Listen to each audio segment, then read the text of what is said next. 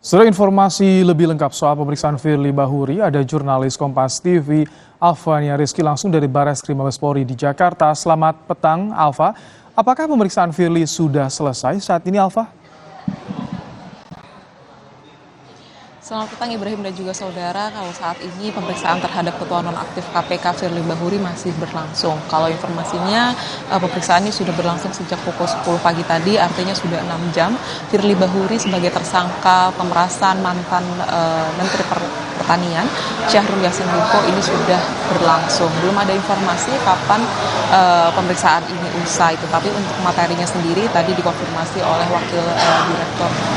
Wakil Direktur Tipikor Barreskrim Polri bahwa pemeriksaan ini terkait dengan harta kekayaan milik Firly Bahuri yang tidak dicantumkan dalam laporan harta kekayaan penyelenggara negara atau LHKPN. Satu-satunya harta kekayaan yang kemudian terinformasi, diperiksa atau ditanyakan kepada Firly Bahuri adalah terkait kepemilikan apartemen yang berada di kawasan Jakarta Selatan, tepatnya di Dharma Wangsa Residen.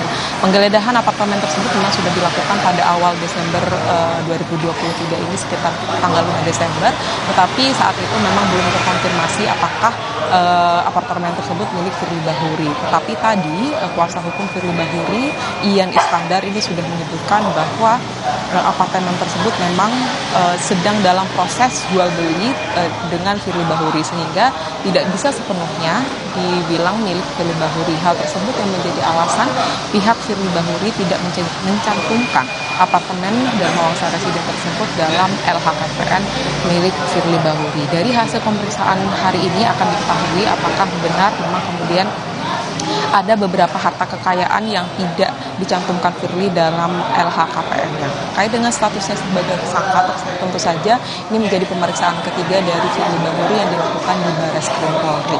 Pemeriksaan hari ini memang tidak luput dari awasan awak media ketika kedatangan Firly Bahuri, sama dengan pemeriksaan sebelumnya yang memang Firly Bahuri ini tidak diketahui datang ke Barreskrim Polri dari mana. Tetapi pihak Firly Bahuri memastikan bahwa kliennya ini sudah kooperatif dengan penyidik Barreskrim Polri dan Polda Metro Jaya, sehingga mereka masih optimis tidak akan dilakukan penahanan oleh pihak penyidik. Tetapi untuk penahanan ini sendiri tentu saja merupakan subjektivitas dari penyidik di Tipikor Barreskrim Polri dan gabungan bersama dengan Polda Metro Jaya untuk kemudian memutuskan apakah hari ini akan dilakukan penahanan terhadap Ketua Nonaktif KPK Firly Bahuri. Ibrahim. Alfa, jadi sampai saat ini belum ada keputusan soal kemungkinan penahanan Firly dari polisi, dan siapa lagi selain Firly yang diperiksa hari ini, Alfa? Ya, belum ada keputusan resmi terkait dengan penahanan terhadap Firly Bahuri, tetapi tentu saja untuk menambah subjektivitas dari penyidik gabungan, ini disebutkan bahwa berdasarkan aturan KUHP untuk mereka tersangka yang kemudian dikenakan pasal dengan ancaman hukuman di atas 5 tahun, tentu saja seharusnya dilakukan penahanan.